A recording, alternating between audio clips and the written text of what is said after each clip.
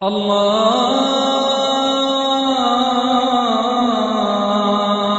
أكبر الله أكبر الله أكبر الله أكبر। এবারে আপনাকে কষ্ট দেব। আপনি কি আমাদের ইসলাম ধর্মের এই ৭০টা বড় গুনাহ সম্পর্কে কিছুটা বলবেন? সেটা কি সম্ভব? চেষ্টা করব ইনশাল্লাহ। এ কথাটা আগে বলেছি যে ইবনে আব্বাস বর্ণিত হাদিস অনুযায়ী এটা আছে আত-তাবরিতে খণ্ড নম্বর ৪ হাদিস নাম্বার ৯২০৭। ইবনে আব্বাস রাদিয়াল্লাহু আনহুকে প্রশ্ন করা হলো, বড় গুনাহ কি ৭টা? তিনি বললেন যে ৭-এর বদলে ৭০ এখানে কাছাকাছি সংখ্যা। ইমাম আয-যাহাবী রাদিয়াল্লাহু আনহু একটা বই লিখেছেন আল কাবাইর, বড় গুনাহ, আর এখানে ৭০টা বড় গুনার লিস্ট করেছেন কোরআন হাদিসের ভিত্তিতে যতটুকু তিনি বুঝেছেন। পবিত্র কোরআনের কোনো আয়াত বলছে না যে এই ৭০টা বড় গুনাহ। এমন কোনো সহিহ হাদিসও নেই যেখানে ৭০টা বড় গুনার কথা বলা হয়েছে।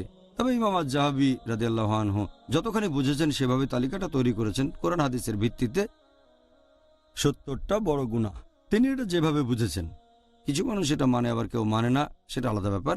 তবে যেহেতু ইবনে আব্বাস রাদিয়াল্লাহু আনহু বলেছেন বড় গুনাহ ৭০টা, ইমাম আয-যাহাবী আল্লাহ তাকে দয়া করুন, তিনি তার মত অনুযায়ী ৭০টা বড় গুনাহর তালিকা তৈরি করেছেন। সেগুলো হচ্ছে, ওনার মতে ১ নাম্বার হচ্ছে আল্লাহর সাথে অন্য কাউকে শরীক করা, আল্লাহ সুবহানাহু ওয়া তাআলা ব্যতীত অন্য কারো ইবাদত করা মানে উপাসনা করা।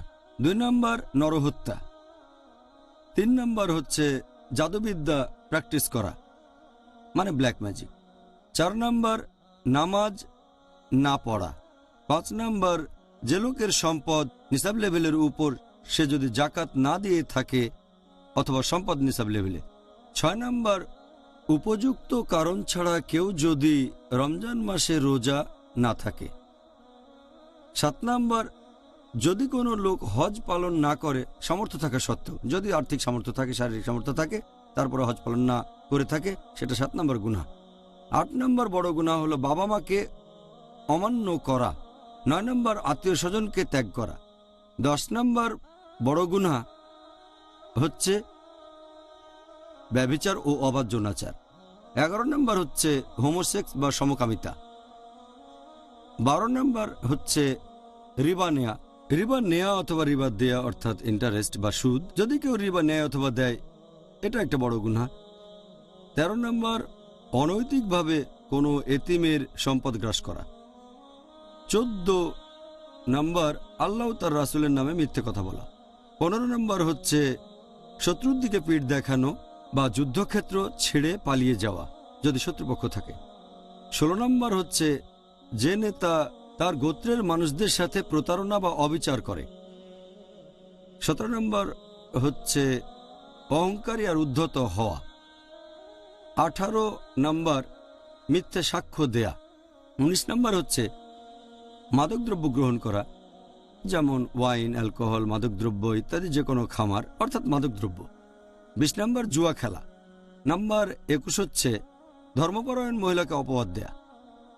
২২ নম্বর হচ্ছে গনিমতের মাল থেকে কিছু চুরি করা। ২৩ নম্বর হলো চুরি করা। ২৪ নম্বর হচ্ছে রাস্তায় ডাকাতি। ২৫ নম্বর কোনো মিথ্যে শপথ নেয়া। ২৬ নম্বর হলো অত্যাচার করা। ২৭ নম্বর হচ্ছে অনৈতিক আয়। ২৮ নম্বর হচ্ছে অন্যায়ভাবে গ্রাস করা কোনো সম্পদ উপভোগ করা। ২৯ নম্বর হচ্ছে আত্মহত্যা। ৩০ নম্বর হচ্ছে বারবার মিথ্যে বলা। ৩১ নম্বর হচ্ছে ভুল বিচার করা। ৩২ নম্বর হচ্ছে ঘুষ দেয়া অথবা ঘুষ নেয়া। ৩৩ নম্বর হচ্ছে কোনো মহিলা পুরুষকে নকল করছে বা কোনো পুরুষ মহিলাকে নকল করছে। ৩৪ নম্বর হচ্ছে যদি একজন পুরুষ কোনো ব্যভিচারী স্ত্রীর স্বামী হয়ে থাকে। ৩৫ নম্বর হচ্ছে তালাকপ্রাপ্ত কোনো মহিলাকে বিয়ে করা যাতে ওই মহিলার আগের স্বামী তাকে বিয়ে করতে পারে। ৩৬ নম্বর হচ্ছে নিজের প্রস্রাবের ব্যাপারে সাবধান না থাকা, খেয়াল রাখবেন এটা যেন শরীরে কোথাও না পড়ে ইত্যাদি, নিজের প্রস্রাব সম্পর্কে সচেতন না থাকা। ৩৭ নম্বর হচ্ছে জাহির করা। ৩৮ নম্বর হচ্ছে ধর্মের ব্যাপারে জ্ঞান আহরণ করা ইহকালের কোনো উদ্দেশ্যে, আর সেই জ্ঞান লুকিয়ে রাখা। 39 নম্বর হচ্ছে বিশ্বাসঘাতকতা। 40 নম্বর হচ্ছে সাহায্যের প্রতিদান না দেয়া। 41 নম্বর হচ্ছে আল্লাহর বিধান অস্বীকার করা। 42 নম্বর হচ্ছে অন্য কোনো মানুষের ব্যক্তিগত আলাপের কথাবার্তা শোনা। 43 নম্বর গল্প চালু করা। 44 নম্বর অভিশাপ দেয়া। 45 নম্বর কোনো চুক্তি ভঙ্গ করা। 46 নম্বর হচ্ছে হাত গণনা বা জ্যোতিষশাস্ত্রে বিশ্বাস করা। 47 নম্বর হচ্ছে যে মহিলা তার স্বামীর সাথে দুর্ব্যবহার করে থাকে। 48 নম্বর হচ্ছে মূর্তি তৈরি করা অথবা পেইন্টিং করা। 49 নম্বর বিলাপ করা অথবা নিজের জামাকাপড় ছিঁড়ে ফেলা বা এরকম কোনো কিছু যখন সে কোনো রকম বিপর্যয়ের মধ্যে পড়ে। 50 নম্বর অন্যদের সাথে অবিচার করা। 51 নম্বর বল প্রয়োগ করা নিজের স্ত্রী অথবা কোনো দাস অথবা কোনো গরিব লোক বা পশু পাখির উপরে। 52 নম্বর প্রতিবেশীর মনে কষ্ট দেয়া। 53 নম্বর মুসলিমদের নামে কুৎসা অপবাদ রটানো। 54 নম্বর মানুষকে অপমান করা আর তাদের সাথে উদ্ধত ব্যবহার করা। 55 নম্বর বড় গুনাহ ইমাম আজ-যাহাবির মতামত অনুযায়ী হচ্ছে পায়ের গোড়ালির নিচে পোশাক পরা গর্বের সাথে। 56 নম্বর পুরুষদের জন্য স্বর্ণ অথবা রৌপ্যের কোনো জিনিস। 57 নম্বর হচ্ছে যে দাস মালিকের কাছ থেকে পালাচ্ছে। 58 নম্বর এমন কোনো পশু জবাই করা যেটা আল্লাহ ব্যতীত অন্য কারো নামে উৎসর্গ হচ্ছে। 59 নম্বর হচ্ছে কোনো লোককে কারো বাবা বলা যাদের মধ্যে আসলে কোনো সম্পর্কই নেই, সম্পর্ক না থাকলে। 60 নম্বর হচ্ছে উত্তেজিত হয়ে তর্ক আর যুক্তি দেখানো। 61 নম্বর হচ্ছে অতিরিক্ত পানি দখল করে রাখা। 62 নম্বর হচ্ছে ওজন আর আকারে একটু ছোট করা। 63 নম্বর হলো আল্লাহর প্ল্যানের বাইরে নিজেকে নিরাপদ ভাবা। 64 নম্বর আল্লাহর ন্যায়নিষ্ঠ বন্ধুগণের নামে অপবাদ দেয়া। 65 নম্বর হচ্ছে জামাতে নামাজ না পড়া, যুক্তিসঙ্গত কারণ ছাড়া একা একা নামাজ পড়া। 66 নম্বর হচ্ছে নিয়মিতভাবে জুমার নামাজ মিস করা কোনো রকম যুক্তি ছাড়াই। 67 নম্বর উইলের মাধ্যমে ওয়ারিসের পাওয়া সম্পত্তি জবরদখল করা। 68 প্রতারণা আর ফন্দি করা।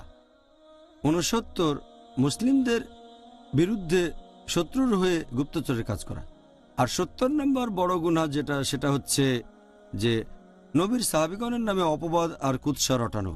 তাহলে এই হচ্ছে 70টা বড় গুনাহ যেগুলো তালিকা করেছেন ইমাম আজ-যাহাবি তার লেখা বই আল কাবাইর, তার মানে বড় গুনাহ। এটার ভিত্তিতে যে হাদিস সেটার বর্ণনা দিয়েছেন ইবনে আব্বাস রাদিয়াল্লাহু আনহু যে বড় গুনাহ 70টা। এই তালিকাটা উনি বলেছেন, যেখানে কোরআন এবং হাদিসের ব্যাখ্যা করেছেন তিনি।